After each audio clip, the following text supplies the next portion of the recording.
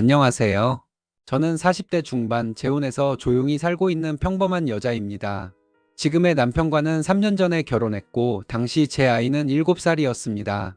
저는 아이에게 더할 나위 없이 좋은 아빠를 만들어주고 싶었고, 남편 역시 제 아이를 친자식처럼 아껴주겠다고 약속하며 시작한 가정이었어요.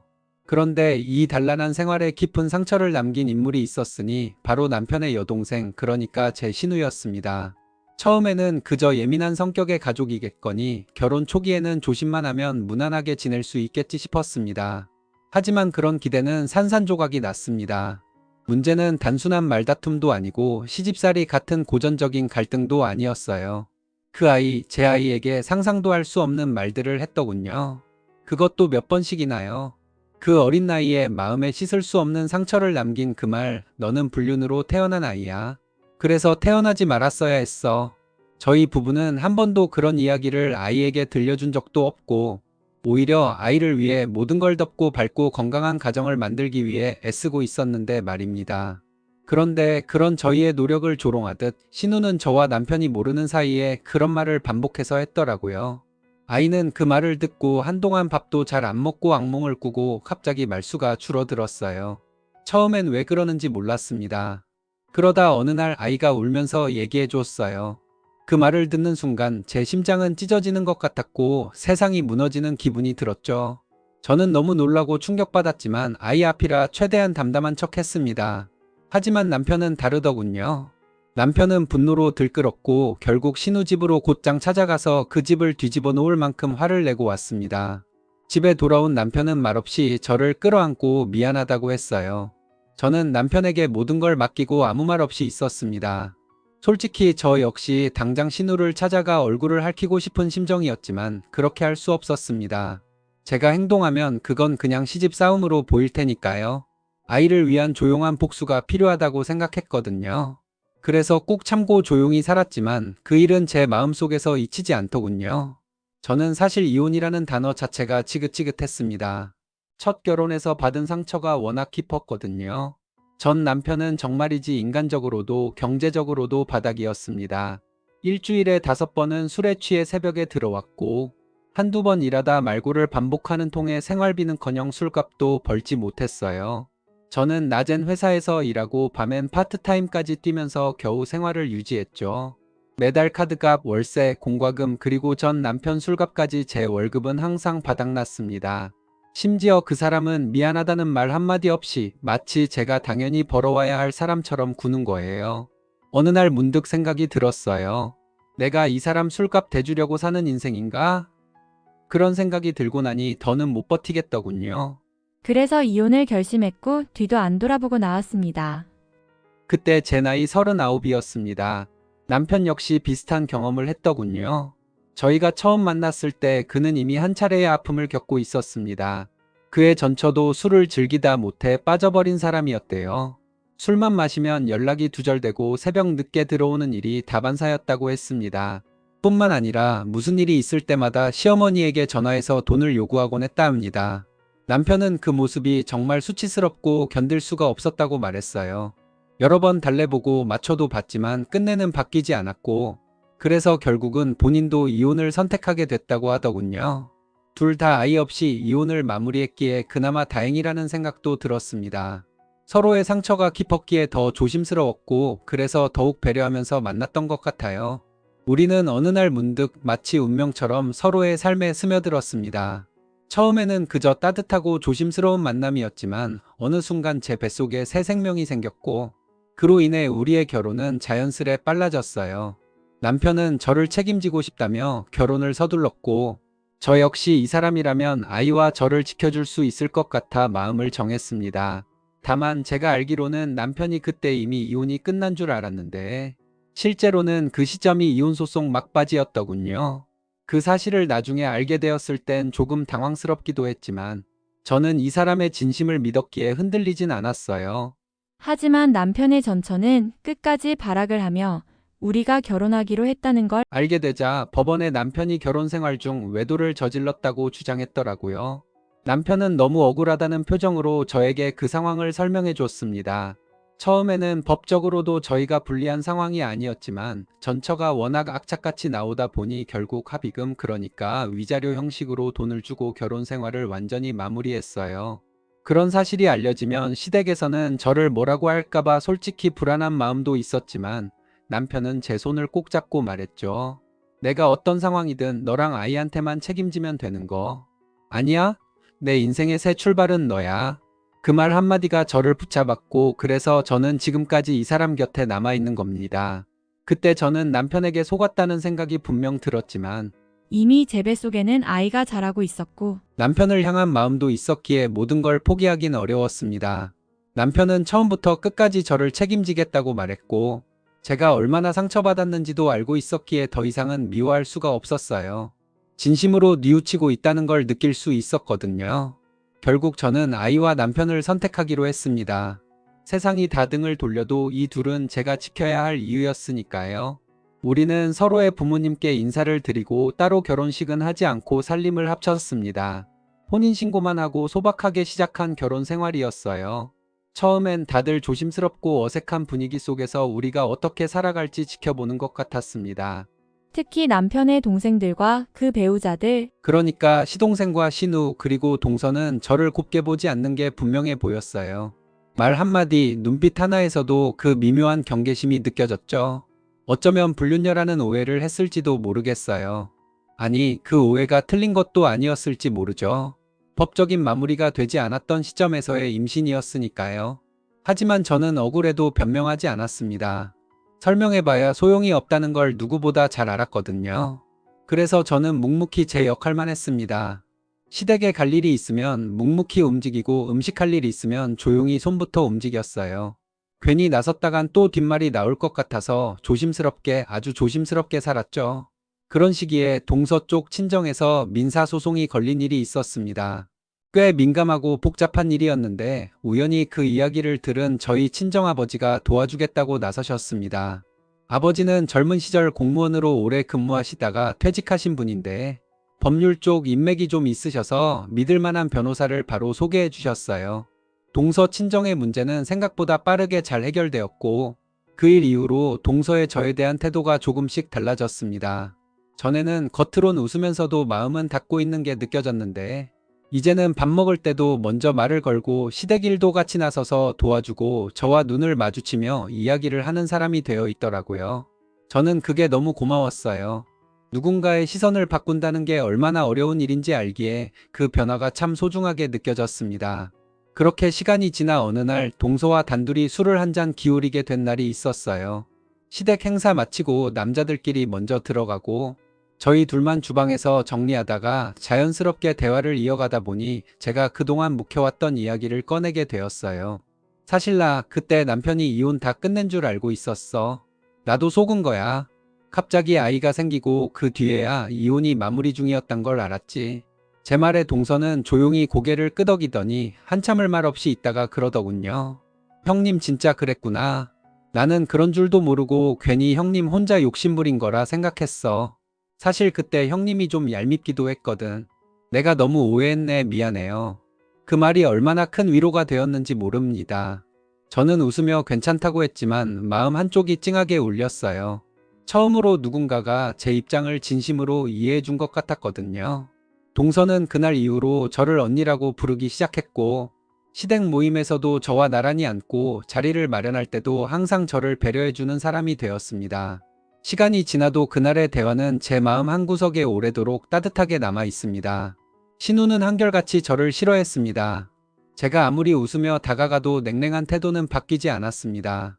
처음에는 시어머니도 저를 경계하는 눈빛이었는데 제가 동서와 잘 지내고 시댁에 가서도 묵묵히 할 일을 다하니 차츰 좋게 봐주셨습니다.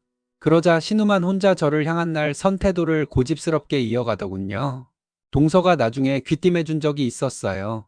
몇 번이나 신우에게 제가 남편을 만날 때 남편이 이미 이혼한 상태라고 들은 대로 설명해줬다는데 신우는 그 말을 들을 때마다 그걸 어떻게 믿어?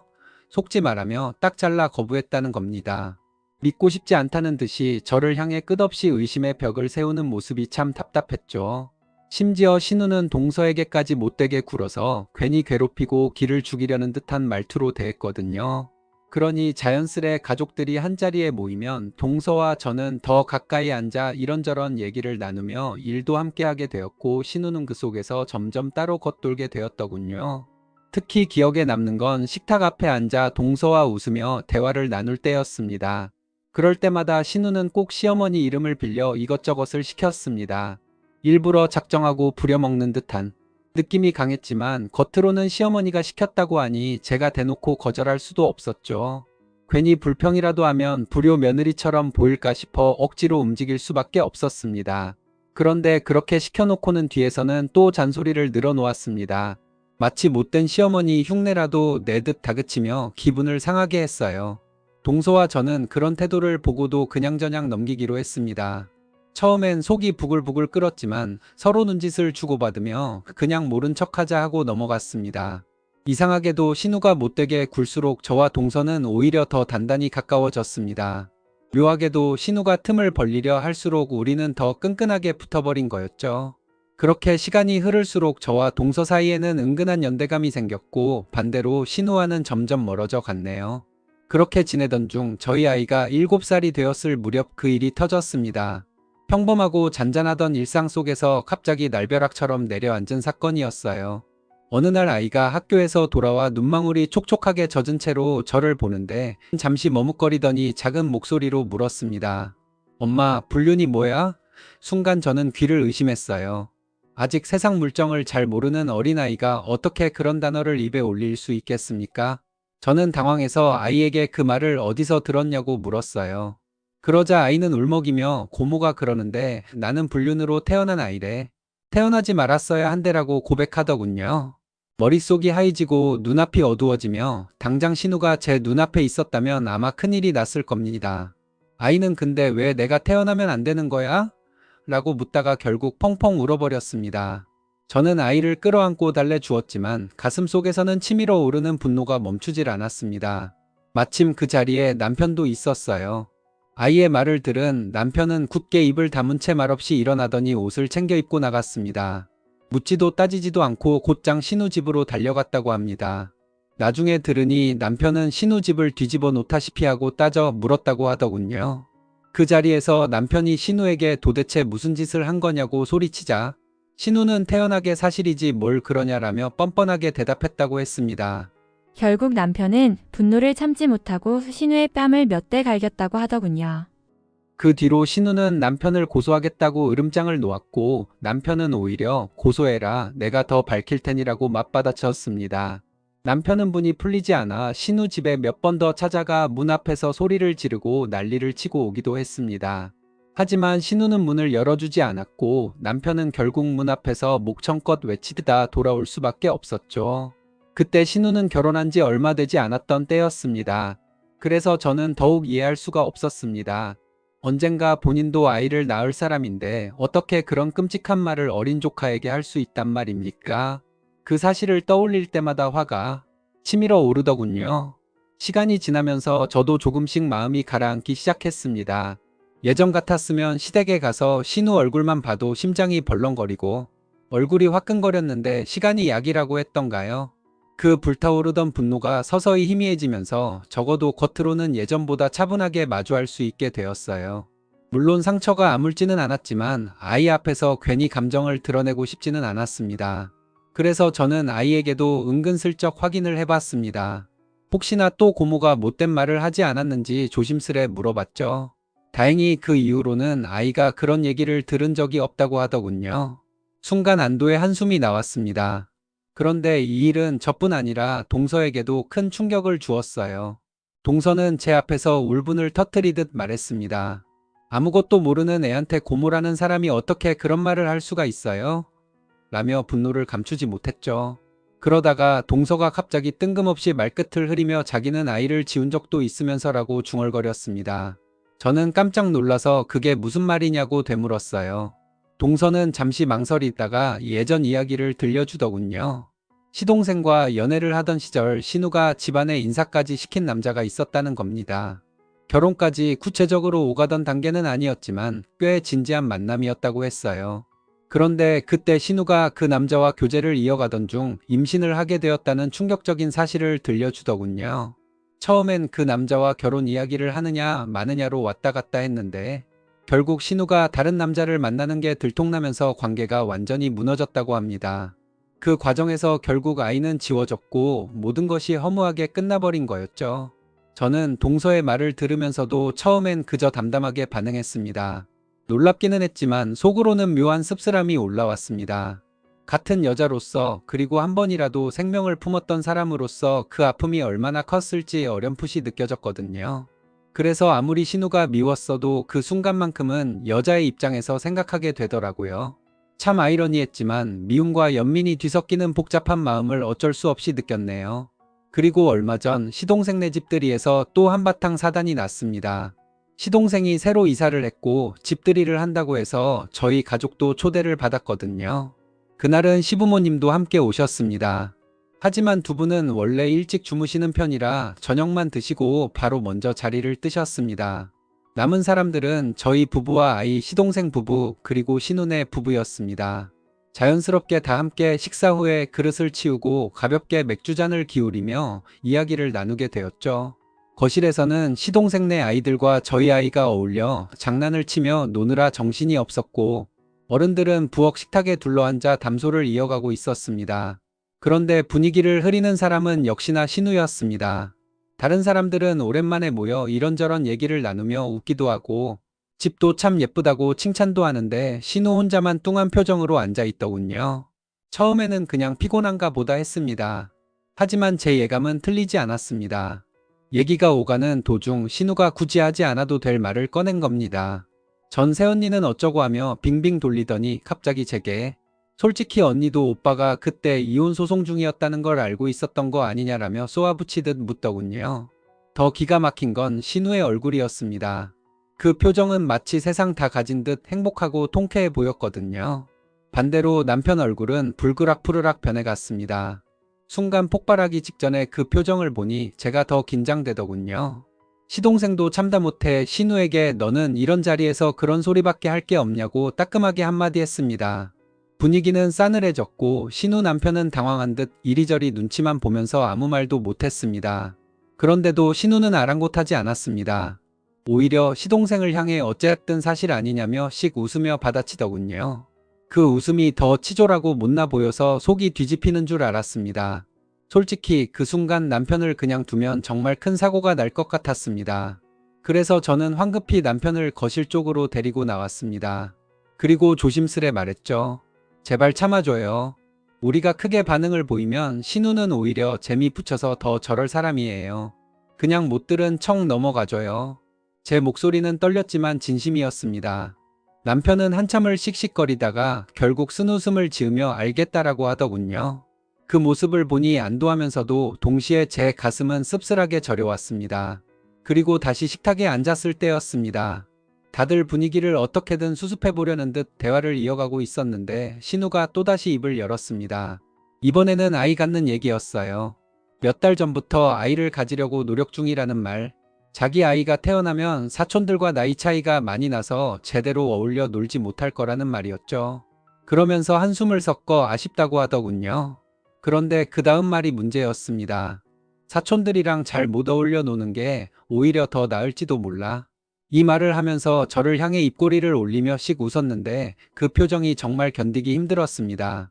저를 자극하려는 의도가 뻔히 드러났거든요. 제 머릿속에는 단번에 그 끔찍한 기억, 우리 아이에게 불륜으로 태어났다고 말했던 그 일이 스쳐 지나갔습니다. 순간 피가 거꾸로 솟는 기분이 들었고 더 이상은 참을 수 없었습니다. 저는 단호하게 신우를 향해 말했습니다. 몇 달을 노력했는데 아이가 안 생겨요? 그 전에 아이를 지워서 그런 거 아닌가요? 제 목소리는 차갑고 날카로웠습니다. 아무도 말을 잇지 못했고 분위기는 삽시간에 싸늘하게 변했습니다. 신우 얼굴은 순식간에 붉게 달아올랐습니다. 당황한 기색이 역력했지만 아무 말도 못하더군요. 신우 남편은 영문을 몰라 하는 얼굴로 이쪽 저쪽을 번갈아 보며 얼떨떨해했습니다. 저는 멈추지 않았습니다. 그동안 쌓였던 억울함과 분노가 한꺼번에 터져 나왔습니다. 내가 듣기로는 그때 결혼 얘기까지 나오던 남자랑 사귀면서도 다른 남자를 만나다가 들통나서 헤어진 거라던데요. 맞죠? 제 말에 식탁에 있던 모든 사람들의 시선이 신우에게 쏠렸습니다. 그럼 그때 지웠다는 그 아이는 대체 누구 아이였는지는 알고 있나요? 저는 마지막으로 그렇게 쐐기를 박았습니다. 신우 남편의 얼굴은 하얗게 질렸습니다. 당황한 목소리로 신우에게 지금 이게 무슨 소리야? 도대체 뭐라는 거야? 라고 물었습니다. 순간 신우의 표정은 정말 볼만했어요. 얼굴은 불그락푸르락하다 못해 점점 굳어지더니 마치 얼음처럼 딱딱하게 굳어버렸습니다. 입술은 달싹였지만 어떤 말도 나오지 않았습니다. 결국 신우 남편이 벌떡 일어나더니 가자라고 짧게 말했고 신우의 팔을 잡아 끌듯 일으켜 세웠습니다. 신우는 그제야 정신이 든 듯 조용히 따라 나섰고 두 사람은 서둘러 집을 빠져나갔습니다. 그 뒷모습을 바라보며 저는 차갑게 가라앉은 마음과 함께 묘한 통쾌함을 느꼈네요. 더 이상 그 자리에 앉아 있을 수 있는 분위기가 아니었기에 우리는 어색하게 웃으며 대충 정리를 한 뒤 집으로 돌아왔습니다. 돌아오는 길 내내 남편은 묵묵히 운전만 했는데 집 앞에 도착해서야 저를 보며 속이 다 시원하다라고 말하더군요. 저는 남편의 말에 잠시 고개를 끄덕였지만 한편으로는 걱정이 밀려왔습니다. 혹여 제가 한 말 때문에 신우가 이혼이라도 당하는 건 아닐까 하는 불안감이었죠. 아무리 원수 같아도 같은 집안 식구인데 그런 결과가 생기면 괜히 제가 죄책감을 안아야 할 것 같았거든요. 그런데 곰곰이 생각해보면 제 입에서 나온 말보다 더 끔찍한 짓은 이미 신우가 저희 아이에게 했습니다. 겨우 7살 된 아이에게 너는 불륜으로 태어난 아이라고 태어나지 말았어야 할 아이라고 말하는 게 과연 제 말보다 덜한 죄일까요? 저는 점점 제 자신을 합리화하며 마음을 가라앉혔습니다. 다음 날 신우에게서 전화가 걸려왔습니다. 받자마자 들려온 건 인사도 아닌 고함이었어요. 왜 그런 소리를 하냐? 라는 절규 같은 외침이었습니다. 저는 순간 피식 웃음이 났습니다. 정말 어이가 없었거든요. 그래서 침착하게 대답했습니다. 내가 우리 아이에게 했던 말을 생각해봐. 어느 쪽이 더 심한 짓인지 한번 따져보자. 제 목소리는 흔들림 없이 단단했습니다. 그러자 신우는 울먹이며 내 말 때문에 나 이혼하게 생겼어 라며 저를 원망했습니다. 하지만 저는 흔들리지 않았습니다. 그건 나 때문이 아니라 네가 내 몸 관리를 잘못한 것 때문이야. 내가 스스로 만든 일이잖아. 그렇게 말해 주었습니다. 그리고 이어서 차갑게 덧붙였습니다. 결혼할 때 그런 과거는 당연히 남편 될 사람에게 솔직하게 말했어야 하는 거 아니냐. 나는 내 남편도 이미 알고 있는 줄 알았고 그래서 한 얘기였어. 평생 숨길 수 있을 거라 생각했니? 내가 아니었어도 언젠가는 알게 될 일이야. 그러니 나한테 화풀이하지 마라. 신우가 잠시 말을 잇지 못하고 숨을 몰아쉬는 소리가 전화기 너머로 들려왔습니다. 저는 마지막으로 꼭 하고 싶은 말을 했습니다. 솔직히 말해보자. 내 입으로 내 아이에게 불륜으로 태어난 아이, 태어나지 말았어야 할 아이라고 했잖아. 내가 한 말이 진실인지 아닌지는 중요하지 않아. 겨우 7살짜리 아이에게 그런 끔찍한 말을 할 수 있는 사람이 인간이겠니? 그런 말을 하는 내가 고모라니 그 사실이 나는 너무 싫다. 내 아이가 너 같은 사람을 고모라고 부르는 게 치욕스러워. 저는 울분을 꾹꾹 눌러 담아 또렷하게 말했습니다. 그제야 신우 쪽에서 흐느끼는 소리가 새어나오더군요. 하지만 저는 전혀 흔들리지 않았습니다. 이미 제 안에서 오래 참아온 분노가 너무 커져 있었거든요. 만약 내가 이혼을 당한다면 그건 내 과거 때문이 아니라 아이에게 그런 끔찍하고 잔인한 말을 서슴없이 내뱉는 미친 여자라는 이유 때문일 수도 있음을 똑똑히 기억하라. 나는 그렇게 쏘아붙이고는 전화를 끊어버렸습니다. 한동안 숨이 가빠오를 정도로 가슴이 요동쳤지만 제 안의 분노와 울분은 조금도 식지 않았습니다. 네, 제가 아무리 변명한다 해도 결과적으로 저는 불륜녀 맞습니다. 남편이 이혼 소송 중이었을 때 저와 함께 살게 되었으니 겉으로 보기에 돌팔매를 맞아야 할 사람은 분명 저일 겁니다. 세상 사람들이 저를 비난하고 손가락질한다 해도 그건 제가 감수할 몫이라고 생각합니다. 하지만 제 아이에게, 아직 세상 물정도 모르는 7살 아이에게 너는 불륜으로 태어난 아이라고 말한 건 절대 용서할 수 없습니다. 사실 남편이 예전에 신우 집에 찾아가 온 집안을 뒤집어 놓을 만큼 분노를 드러냈을 때 저는 그래도 언젠가는 시간이 해결해 주겠지, 언젠가는 사과하겠지 기대했던 것 같습니다. 그런데도 신우는 똑같은 말을 반복했고 결국 아이의 눈에 또다시 눈물을 흘리게 만들었습니다. 그걸 보면서 저는 직감했습니다. 이 일은 아마 평생 갈 거라는 걸요. 아무리 시간이 흘러도 지워지지 않을 상처라는 걸요. 가끔은 스스로에게 묻습니다. 내가 불륜녀라는 이유로 그 비난을 조금이라도 피하고자 했다면 차라리 신우를 감싸주고 그녀의 과거도 숨겨주며 입을 다물었어야 했던 걸까? 하지만 곧 답은 분명해집니다. 아무리 세상이 나를 욕한다 해도, 아무리 돌을 던진다 해도 내 아이 눈에 이유 없는 눈물을 흘리게 만드는 사람은 결코 용서하지 못할 거라는 겁니다. 그게 설령 신우라 하더라도, 아니 가족이라 하더라도 말입니다. 불륜녀의 넋두리를 끝까지 읽어주셔서 감사합니다. 제 이야기가 헛된 하소연처럼 들릴지 모르지만 적어도 제 마음속에서는 이것이 분명한 진실이자 결론입니다.